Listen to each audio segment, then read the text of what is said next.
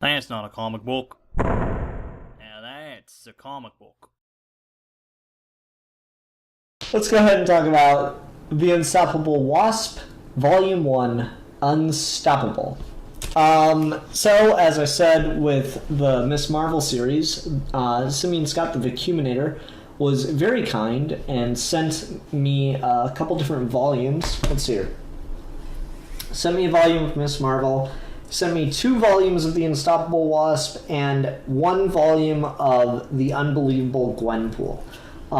So I will be working my way through those over the next couple weeks, and I gotta say, I really appreciate the gift because this was something I was surprised by how much I enjoyed, given my tastes in comics and in particular my general love-hate relationship with Marvel. I was really surprised this worked for me as well as it did, because this was something I never would have bought for myself. Which, you know, we did a Geeky Gentleman episode back in December on gift giving, and one of the points I made in that was a gift shouldn't be something that's practical or useful. It should be something that you wouldn't get for yourself, that someone actually put some thought into it and go, oh, this person likes this thing, this thing, this thing, but they wouldn't get this for themselves because reason X, Y, Z. This is like literally a perfect gift. I really, really appreciated this because I was surprised by how much I enjoyed it. So the story of The Unstoppable Wasp is about a girl named, oh, what's her name? I already forgot. Dinah?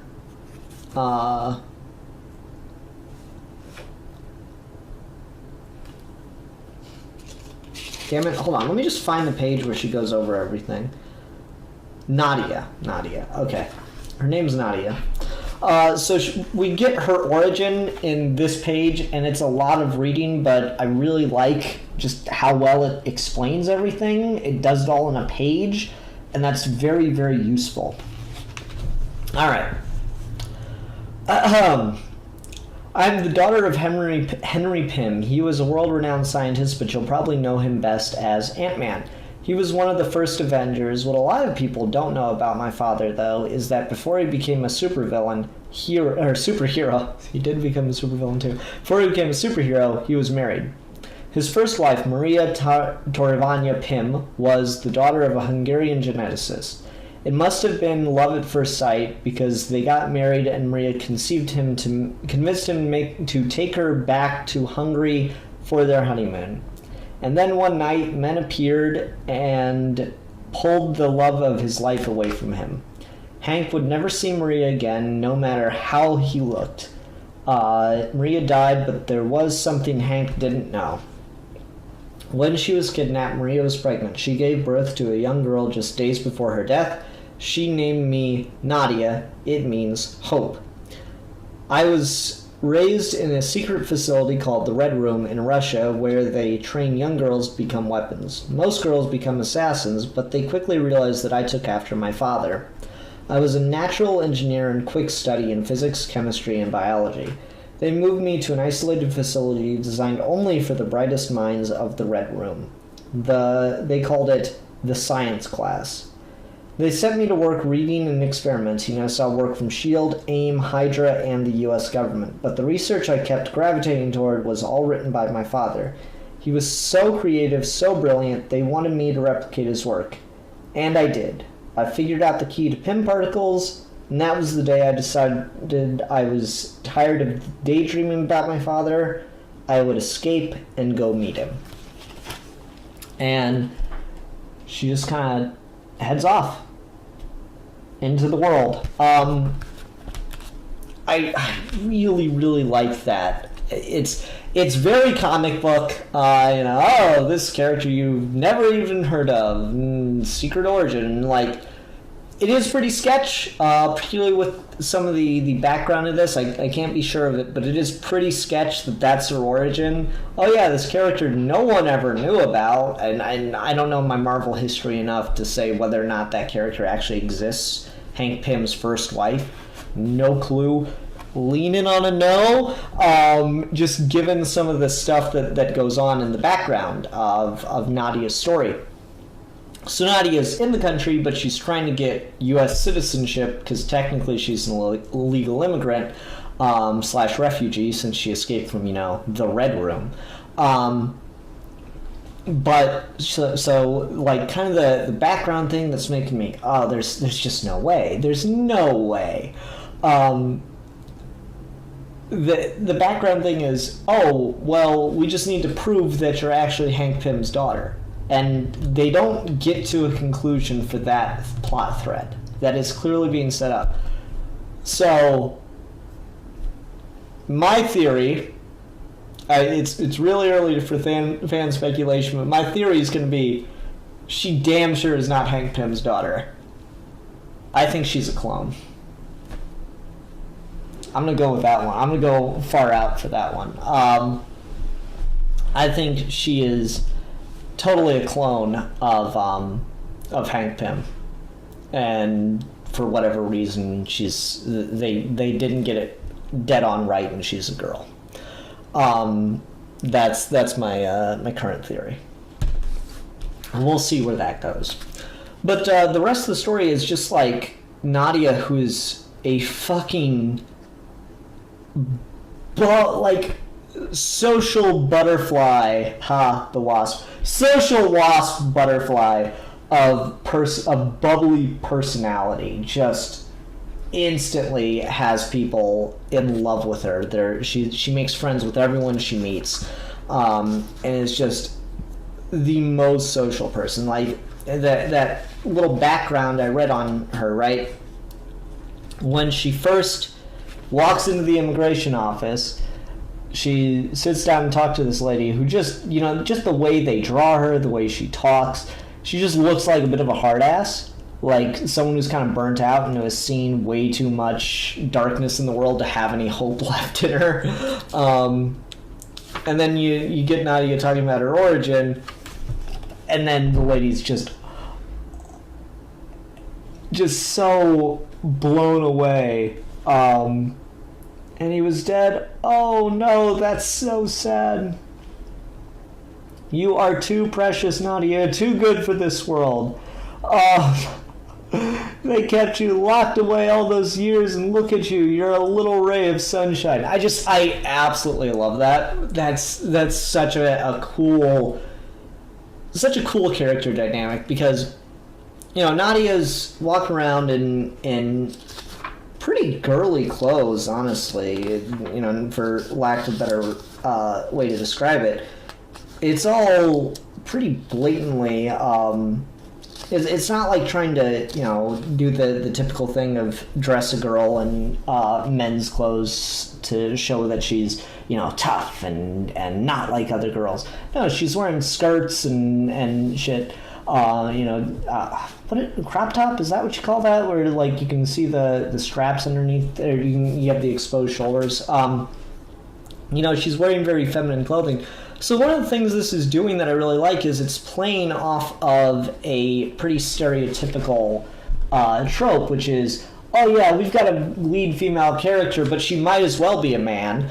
It's like, no, we've got a lead female character who is very feminine, who's really cool and fun and bubbly and super nice, and she's also just able to do anything she sets her mind to. And that's kind of the cool part about this is she, what's her name, Blackbird? There's like a giant robot, and they see her, and Mockingbird. She meets up with Mockingbird, and like they have this whole conversation, and she's like,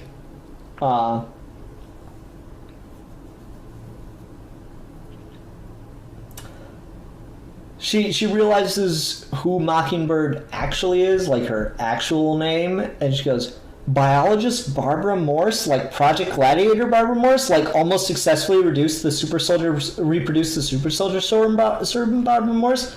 Those are not usually the things people remember about me. Like Lady Adventure Scientist in the Savage Land and hanging out with Man-Thing in the Everglades Barbara Morse? That is weird that you know all of that. You are my hero, reaches over, immediately hugs her. I read your research on the super soldier serum, and you talked about all the traveling in the Savage Land, and I thought this is who I want to be when I grow up. A woman who's a super scientist but doesn't stay locked in a lab all day. She has adventures. You inspire me. Okay, that's a lot right there, and I just, I've worked for S.H.I.E.L.D. for a long time, and I don't know that anybody has ever said that I inspire them, and that's cool for a superhero, just cry in public, but people don't remember that I'm a scientist. They just remember that I used to be married to Hawkeye and that I hit things with sticks, so that means a lot. Come here, kid, it's been a rough couple of months for me. Can I have another one of those hugs? Heck yes. So she just immediately, like, this overwhelmingly positive personality, and that's just really, really cool and refreshing, because I can't think of many characters that are played that way that are not coded to be annoying.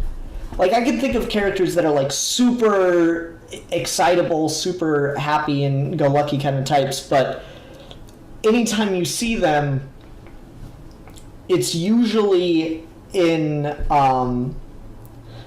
juxtaposition to another character who is annoyed by them, and you're meant to be annoyed with them. And so that's just kind of Wasp's, the Unstoppable Wasp's whole thing. And so what I really like here is Mockingbird and Nadia kind of head off, and they just, all the conversations in this are so great. So Wasp, what's your plan? What do you mean? Well, you've got a whole life to make up and nobody telling you what to do. You're free for the first time in your life. You said you wanted science adventures. What's the big plan? What are you going to do? Well, that's the thing. See, I want to do everything. I want to fix everything. I want to make a difference. That's a lot for just one person. Yeah. But, and I remind you, I've only known you for a few hours. But I think if anyone can do it, you can. And that's what I really like, the idea of the Unstoppable Wasp. She is a force of positivity and just immediately like brings this like, wow, infectious energy, I feel is the best way to describe this character. So she has this conversation with Mockingbird and decides, is inspired to gather female scientists and inventors and engineers and kind of bring them together, because S.H.I.E.L.D. and all these other organizations that have been in comics and the real world for years really only keep track of men as far as who's the most intelligent and stuff like that. Mockingbird brings up that there's this list of that S.H.I.E.L.D. keeps the most intelligent people in the world, and the first woman who placed on the list was at number 27. And that's just unbelievable that in the Marvel universe that it can only be men that are in the top 10 of the most intelligent. But then Moon Girl came around and automatically placed at the top of the list, so instead of rethinking how the list was made, they just put her at the top and bumped everyone else down one. And so it's absurd. It's got blinders on, and that's an interesting little contained commentary about institutionalized sexism. I'm not going to get into all that because it's relevant, but it's not super relevant, and it's a very distracting topic. So Nadia kind of like, half my life was stolen from me, and so I want to empower others that never had that kind of opportunity, or that would never have this kind of opportunity otherwise. And so she decides that she is going to found Genius in Action Research Labs. Girl.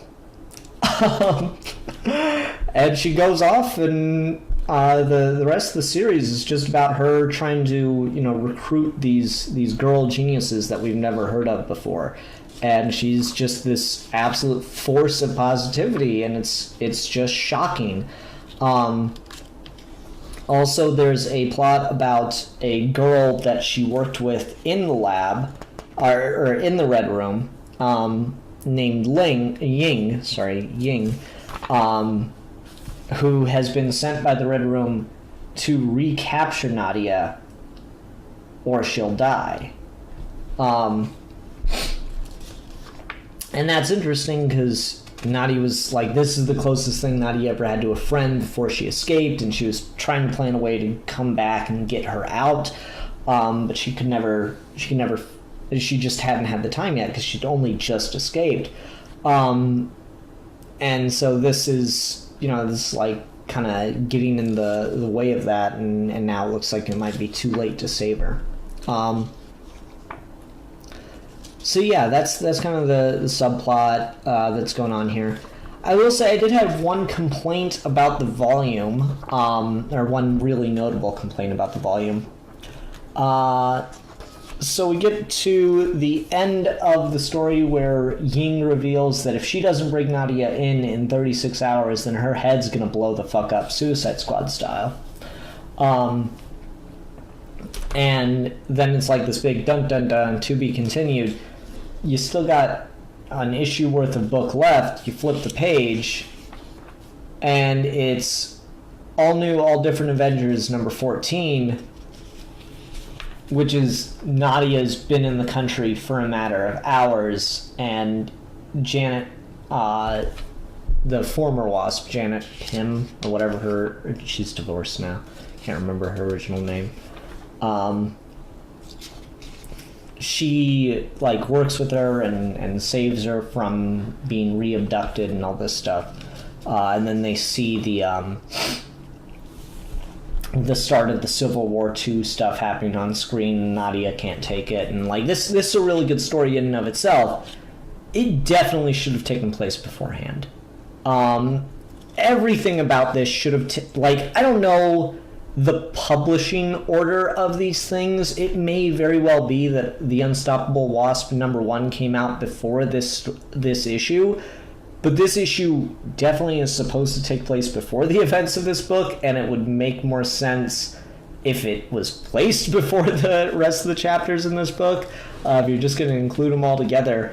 So yeah, I thought that was an odd one. I really do love this moment at the end of the issue where Janet has to kind of calm Nadia down and talk to her about how people don't really work like machines, and you can't immediately solve all the problems with science. And so she gets her out, and she's talking with Jarvis about her. Do you think we're right to let her figure out her own path, Jarvis? It's just, she has so much Hank in her. She'll obsess, she'll forget to eat, she'll forget to sleep. Do you think I could have a pet leopard? It seems so nice. With all respect, ma'am, I'm not sure we could stop her. I think we're wrong. She already reaches out more than Dr. Pym ever did. She's not as introverted. There's so much optimism in her, so much potential to do good. She's refreshing, resilient. She'll try anything, do anything. This is why I never had kids. They're terrifying. Do you think we should tell her more about her father, his darker sides? Absolutely not. The girl has never had a family. The idea of Hank is all she has. Mercifully, he is not here to ruin that for her. Let her enjoy her hero worship for as long as she can. It's good for her. She's going to be a superhero, Jarvis. And I can't think of one I'd rather take the name of the Wasp. Look at her. She thinks she can fix the whole world. Maybe she can. As far as I can tell, she is unstoppable. That was good. That was good. It's just, oof. That's on point.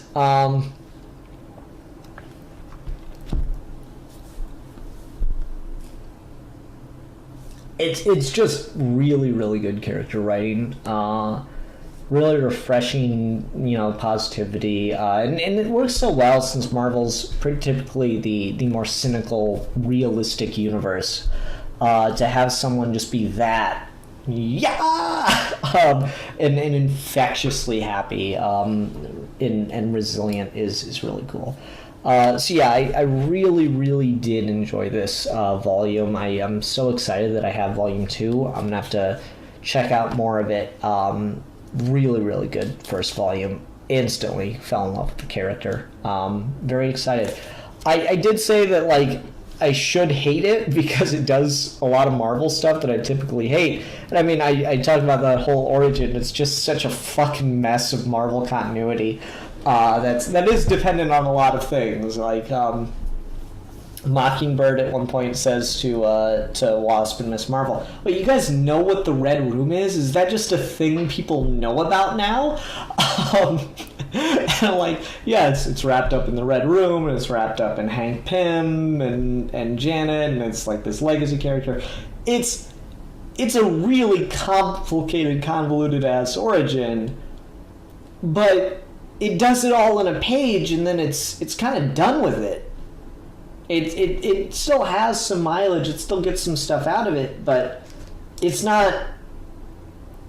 All the emotional weight is not dependent on her origin. She doesn't have to be Hank Pym's daughter. It works. It's fitting the story. I suspect that she's truly not, but she doesn't have to be for the emotional payoff to work here. You could have invented a new evil organization that held her captive for years. You could have invented all this other stuff. The way that it ties in with Marvel continuity seems much more fluid and natural, and it's just like, oh, well, we could invent a new one, or we can just use some pre-existing stuff. And yeah, why make an evil organization if you already have one that can fit the role of the story? I thought that was good. There's like a lot of good choices here that it's a very typical Marvel thing in a way that usually annoys me, but it's just handled really, really well here. So I really appreciated that. Yeah, great series. If they adapted her into the MCU and did it well, I would instantly care more about Nadia in the MCU than I do Scott Lang or Hank Pym and anyone else. Yeah, that's what I got. I think that's gonna do it. I really, really did love this volume. The art I didn't mention much of. It didn't wow me or anything, but I did quite like it. I'll say, I mean, it's kind of unfair, but I like the covers a lot more. Like, you have this cover image of her inside a machine dancing and, using her phone or something. And then, like, you get that scene actually happens in the issue, and you get the like visual of it, and it's fun, but it's not quite the same. It's so unfair to compare them because obviously the cover has so much more time to be rendered and everything, but it kind of steps on the imagery a little bit. It kind of makes you go, oh, well, it's just not as good as the cover. And that's kind of what I just noticed about a lot of the art through this volume is it's fine, it's serviceable, it works. I'm not ever confused. I'm not ever like, oh, what's happening? Who is this? And it's got a lot of energy. The facial expressions, I know who's supposed to be who and what they're supposed to be feeling. And I thought the layouts and everything were fine, but the style itself just didn't really hit me in any way. It just kind of felt present. So, sorry to rant and rave about how good the story is and not really have much positive to say on the art. So it's just, yeah, it's there. But man, I did really like the series, and yeah, that's all I got. Anyway, that'll do it for this episode of Trade Talk. Everyone, thanks very much for watching. Bye! That's not a comic book. Now that's a comic book.